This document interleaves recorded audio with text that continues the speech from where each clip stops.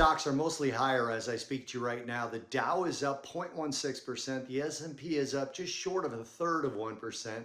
The Nasdaq is up 0.44%, but the Russell is actually down a half of 1%. German factory orders came in down 1%, which was worse than expected. UK construction PMI also worse than expected and fell further into contraction territory at 44.3. Interest rates along the Treasury curve are little changed, but the CME Fed Watch Tool again has 5 rate cuts priced in through the end of 2026 from 4 that were priced in late July. Yesterday's 3-year note auction was strong with a bid to cover ratio of 2.6. The high yield was 4.3%, and the indirect bidders took the majority of the awarded securities. Fed speakers today, Boston Fed President Susan Collins and Fed Governor Lisa Cook are scheduled to participate in a discussion on a central bank perspective on the evolving global landscape. That's planned for 2 p.m. today, Eastern Time. San Francisco Fed President Mary Daly is speaking at the Anchorage Economic Summit at 4:10 p.m. Eastern Time.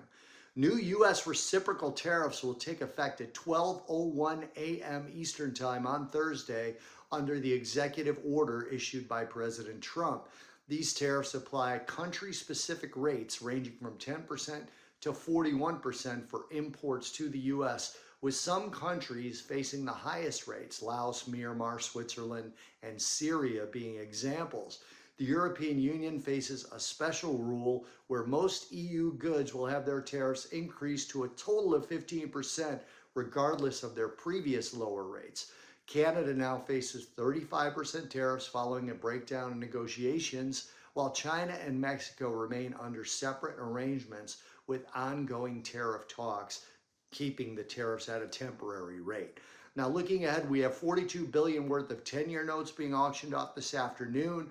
Earnings today after the market closes, 153 companies with market caps exceeding $1 billion set to report earnings, including AppLovin, DoorDash, Airbnb, DraftKings, AIG, MetLife, and Occidental Petroleum. Tomorrow before the market opens, we have another 125 companies with market caps of $1 billion or more reporting, including Eli Lilly, Toyota, Sony, ConocoPhillips, Cheniere Energy, Constellation Energy, Liberty Media, Warner Brothers, and Datadog. Tonight, Australian and Chinese trade balance data for tomorrow, Bank of England rate decision tomorrow, jobless claims, productivity, unit labor costs, and a 30-year bond auction in the U.S., along with a speech from Atlanta Fed President Raphael Bostic.